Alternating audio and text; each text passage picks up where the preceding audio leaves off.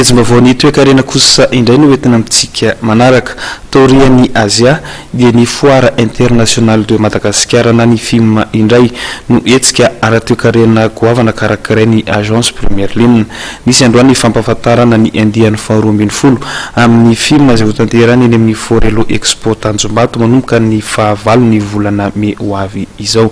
Claudia Rasolson sy Mami Rasoalevo. Hotanterana ny fahavalo ambin'ny folo hatramin'ny faha-raika amby roapolo May fito ambin'ny folo sy roa arivo eny amin'ny Forelo Expo Tanjombato ny andiany faharoa ambin'ny folo amin'ny foire internationale de Madagascar na ny film. Nomendanja manokana amin'ny etsika amin'ny ity taona ity ny La Frantsa izay mpiara-miombona antoka ara-toekarena amin'ny Madagascar sy ny vehivavy mpandraraha malagasy izay mivondrona ao anatin'ny GFM na ny groupement des femmes entrepreneurs de Madagascar.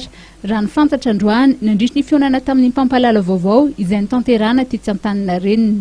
Fantatreha antany amin'izao fotoana izao dia ny ankabetsahany mety mahatratra efapolo isanjato ny mikasika ny croissance économique mondiale dia ny femme entrepreneur vehivavy zany mitana orinasa mahavita zay zavatra zay.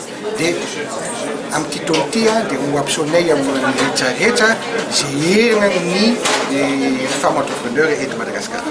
Manaraka an'izay tsy adino mihitsy dia misy sponsor exceptionnel. Les sponsors exceptionnels de Le Grand marque français mikasika ny appareil électrique dia tena aminay tena zava-dehibe misy koa izy zavatra zay satria manino be da be fitaovana osika dia tena tsy manara-penitra mety ahitanareo amin'ny tsena malagasy. Dia aloha hovainay zay zavatra zay dia ho ampisainay amin'ny rehetrarehetra no tena le zavatra dia tena izy. Mariana fa misy roa ambin'ny folo amin'izao ireo fikambanana mpikambana ao anatin'ny GFM ary ireo polo sy roanjato ireo mpandraraha mpikambana avy amin'ny sehatra asa samihafa. No Maria ny mpanolotsaina ara-toekarena lefitra eo anivon'ny Masivo Frantsay fa fionana ara-toekarena izay manamarika ny tontolon'ny fandrarahana ny film. Anisan'ireo andray anjara ihany koa raha ny fantatra ny orinasa Mauritiana sy ny orinasa avy any Dubai raha tsy laza afa-tsy ireo.